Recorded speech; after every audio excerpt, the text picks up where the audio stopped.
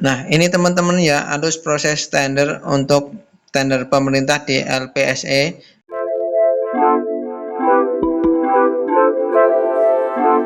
Yang melalui aplikasi SPSE. Kita sembunyikan dulu bagian PPK, KUPPBJ, Pokja Pemilihan, dan kita fokus di pelaku usaha karena kita ada di sini ya. Pertama kita daftar tender atau seleksi. Kita lihat yang pojokan ini ya, kita ketengahkan aja yang dua ini. Nah, Pokja Pemilihan ini nanti yang sering kita akan berpapasan atau bertemu ya. Untuk yang KUPBJ dan PPPK itu kita kemungkinan kecil bertemunya. Pertama kita daftar tender seleksi, terus kalau sudah masuk kita terdaftar atau ikut tender, download dokumen pemilihan. Nah, setelah dokumen pemilihan di-download, kemudian diberi penjelasan sama panitia, gampang aja kita sebutnya Pokja gitu ya.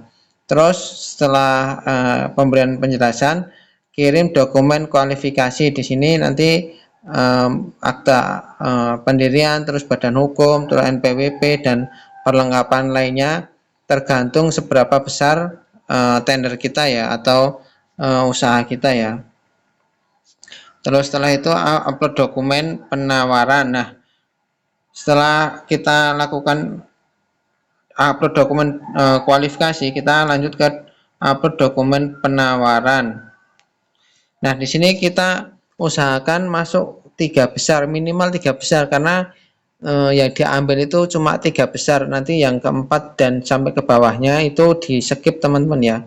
Karena kadang untuk satu tender itu ada sampai 15, ada yang 20, ada yang 30 peserta ya. Jadi usahakan tender kita ini penawarannya di 3 terbawah, karena itu yang akan diambil. Nanti selain itu yang akan dinilai itu atau yang menjadi patokan itu pasti nanti dokumentasi dan kualifikasi. Kalau dokumentasi ya kelengkapan dokumen seperti izin usaha dan NPWP dan lain-lain ya. Kalau yang kualifikasi ini tentang apa ya, kualifikasi atau tingkat kemampuan PT tersebut atau badan usaha tersebut untuk melakukan pekerjaannya. Nah, selanjutnya setelah pembukaan dokumen penawaran, evaluasi administrasi, kualifikasi teknis, harga. Terus yang bawah ini bagian apa ya, bagian dari Pokja. Jadi kita lanjut aja. Lanjut ke berikutnya. Nah, pelaku usaha itu lulus atau enggak lulus. Kalau ada satu yang lulus, yang ini, yang pertama ya, yang satu ini. Nah, ini nanti langsung masuk ke bawah. Langsung ke penetapan pemenang. Kalau ada satu ya, teman-teman ya. Kita lihat. Nah, kalau ada 2 atau 3, ini kan ada 2 pelaku dan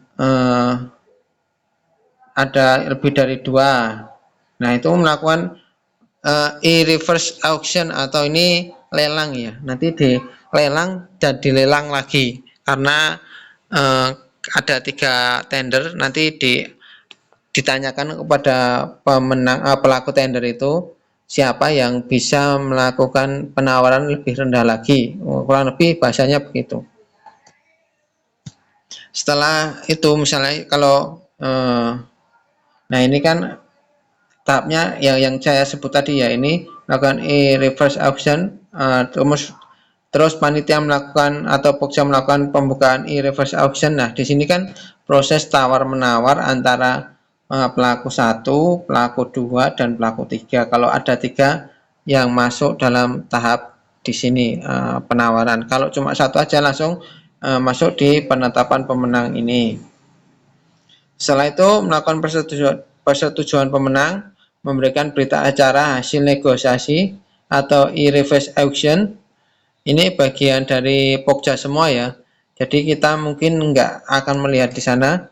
Membuat berita acara hasil pemilihan, terus pengumuman pemenang, terus sanggah hasil tender jika diperlukan. Nah, kalau kita kalah dalam apa ya, lelang, kita bisa melakukan sanggah di sini ya, masih melakukan sanggah hasil tender.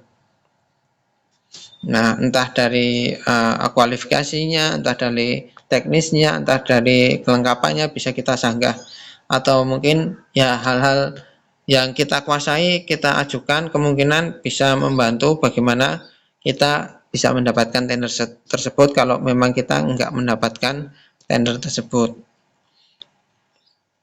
Nah, kira-kira itu teman-teman ya. Nanti hasil akhirnya mengisi berita acara pembayaran. Nah, kan sudah bagian memilih paket kontrak tender, memilih SPBC, mengisi kontrak, upload SSK, memilih cara pembayaran, itu udah bukan bagian kita ya. Kan kita ini sampai sini sanggah pokoknya.